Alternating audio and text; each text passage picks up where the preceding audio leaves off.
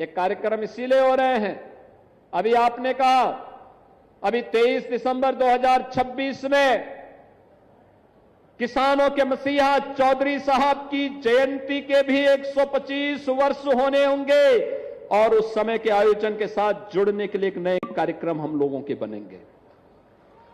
अपने महापुरुषों को सम्मान मिलना चाहिए और मैं इसीलिए आप सबसे कहना चाहूंगा, महापुरुषों को जातीय तंग दायरे में मत बांधिए। याद करना, यह देश गुलाम तब हुआ था जब हमने जातीय तंग दायरे में महापुरुषों को बांधने का पाप किया था। आप मुझे बताइए, धन सिंह कोतवाल, उन्होंने देश की आजादी के लिए प्रथम स्वातंत्र समर में जो संघनाद किया था, क्या किसी जाति के लिए?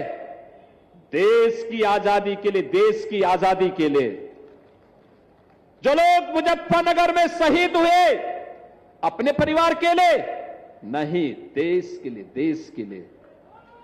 देश के लिए हुए थे। महारानी लक्ष्मीबाई, महाराणा प्रताप, छत्रपति शिवाजी महाराज, गुरु गोविंद सिंह जी महाराज, क्या इन्होंने किसी जाति के लिए लड़े थे? नहीं, देश के लिए लड़े थे, धर्म के लिए लड़े थे। स्वदेश और स्वधर्म के लिए उन्होंने अपना सब बलिदान किया था। चौधरी साहब ने भी सबके कल्याण की बात की थी। उन्होंने किसान की बात की, उन्होंने गांव की बात की, उन्होंने श्रमिकों की बात की, उन्होंने युवाओं की बात की, उन्होंने खेत और खलिहान की बात की। उन्होंने जाति की बात नहीं की, जाति की बात नहीं की। बहनों और भाइयों, ये बड़प्पन है और उन महापुरुषों के प्रति कृतज्ञता ज्ञापित करना हम सबका दायित्व बनता है। चौधरी चरण सिंह जी, चौधरी जैन चौधरी जी के ग्रैंडफादर हैं, कोई संदेह नहीं, लेकिन जितना रिस्पेक्ट वे करते होंगे उससे ज्यादा रिस्पेक्ट हम सबका दायित्व बनता है, हम सब करें। क्योंकि इन महापुरुषों के प्रेरणा ही हम सबको आगे बढ़ाएगी।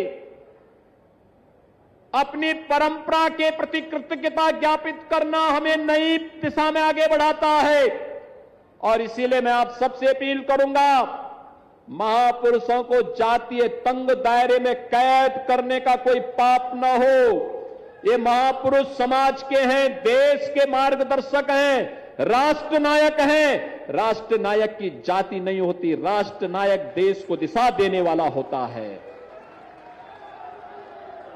देश को दिशा देने वाला होता है। युवा प्रेरणा लेता है। भारत का सैनिक जब सीमाओं पर लड़ता है, वह जाति नहीं देखता, वह देश देखता है।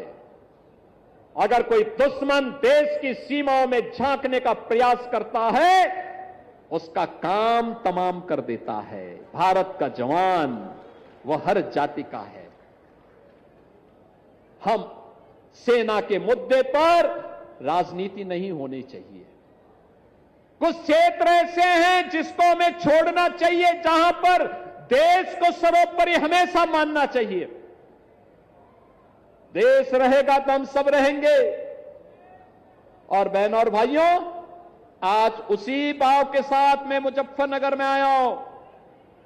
विकास भी होगा, रोजगार भी होगा और कल तो बाबा साहब भीमराव अंबेडकर जी की पावन जयंती का कार्यक्रम भी है।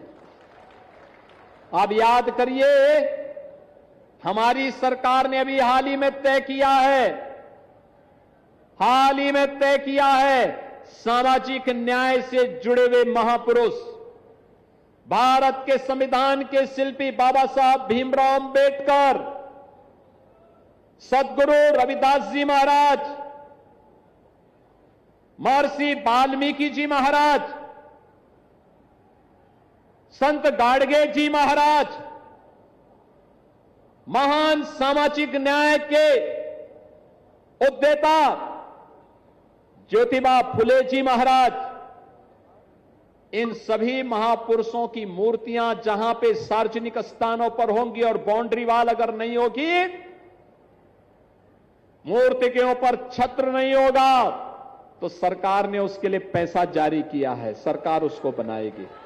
मूर्ति को सुरक्षित करेंगे, बाउंड्री वाल भी बनाएंगे और ऊपर से छत भी देंगे, ऊपर से छत भी देंगे। बहन और भाइयों, महापुरुष सबके होते हैं।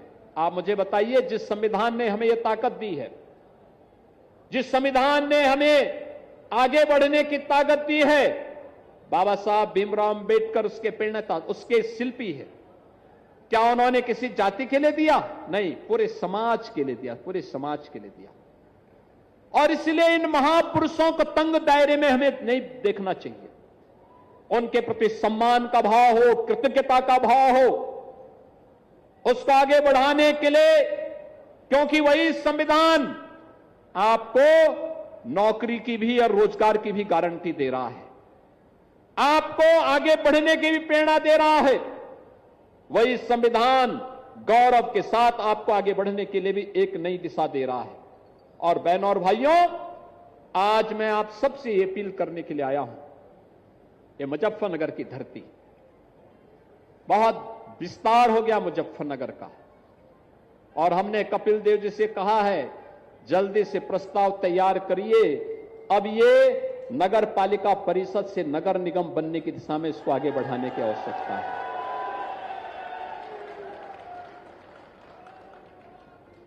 किसानों के मसीहा के रूप में,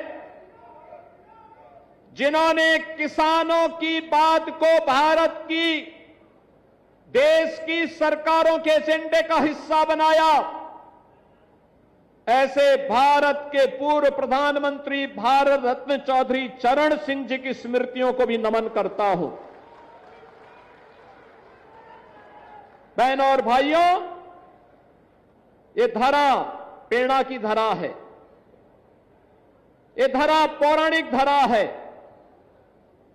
जीवन के रहस्य क्या हैं?